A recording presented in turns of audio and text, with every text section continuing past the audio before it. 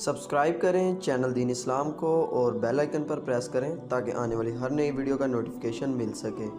چاند کی گردش سے اور اس کی منازل سے حضرت انسان کو کچھ سمجھایا جا رہا ہے کہ جب تو پیدا ہوا تھا تو چاند کی طرح سارا زمانہ تیرا منہ دیکھنے آیا تھا، تو بھی اس وقت لوگوں کی توجہ کا مرکز بن گیا تھا اور پھر منازل طے کرتا رہا، اور جوانی کی دہلیز پہ جب تم نے قدم رکھا اور تو بدر تمام ہوا، جب شباب کی بجلیاں تیری آنکھوں سے ٹپکنے لگی تو پھر تیری نظر کا خمار بھی کئیوں کے دل لوٹتا تھا، کئیوں کی نیندیں اچاٹ کر دیتا تھا۔ جس طرح چاند جب جوبن پہ ہو تو چکور کا دل لرزتا ہے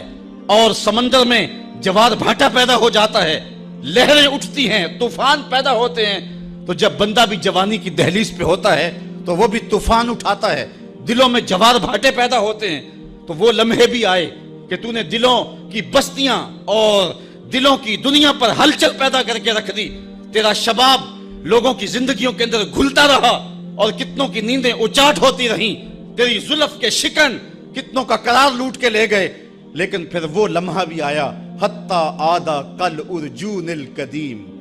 پھر بوڑھا ہو گیا، پھر تجھے کوئی دیکھنے بھی نہیں آتا، کوئی تجھ سے اداس بھی نہیں ہوتا، بچے بھی کترا کے گزر جاتے ہیں۔ کہا انسان ذرا چاند کی منزلوں کو دیکھ، یہی چاند کتنا پیارا تھا اور آج اسی چاند کو کوئی دیکھتا بھی نہیں ہے۔ بچہ جب پیدا ہوتا ہے تو اس کی مسکراہٹ دل کھینچتی ہے، اور جب بوڑھا مسکراتا ہے تو اس وقت جو ہے لوگوں کی توجہ نہیں ہوتی۔ بچے کی زبان جو ہے وہ اڑ اڑ کے جب بولتا ہے تو اس کی توتلی زبان کا حسن دلوں میں نکھار پیدا کرتا ہے، ماں بھی بلہاری جاتی ہے، باپ بھی صدقے جاتا ہے، بہنیں بھی جو ہے وہ قربان جاتی ہیں۔ تو بچے کا ٹوٹا لہجہ اور توتلی زبان خوشیوں کی ایک لہر ہوتی ہے، لیکن جب بڑھاپے میں فالج کی وجہ سے زبان میں لکنت آ جائے، اب توتلا پن پیدا ہو جائے، اب زبان اٹکنے لگے تو بچے بھی مذاق اڑاتے ہیں۔ ایک لمحہ وہ تھا کہ زبان توتلی تھی تو حسن تھا،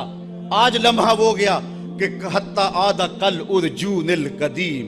کھجور کی ٹہنی سے جب پھل توڑ لیا جائے اب اس ٹہنی کو کون پوچھتا ہے؟ جب تک پھل آیا نہیں تھا وہ ٹہنی اچھی لگتی تھی، مالی سنبھال کے رکھتا تھا، جڑوں کو بھی پانی دیتا تھا اور خیال کرتا تھا کہ کوئی ایسا نقصان نہ ہو کہ یہ پودا جو ہے وہ مرجھا جائے۔ پھر جوبن پہ آیا اور جب کھجوریں لگیں تو اس نے پھر رسیاں بھی باندھی اور کھجوروں کو سنبھالنے کے لیے سب کچھ کیا۔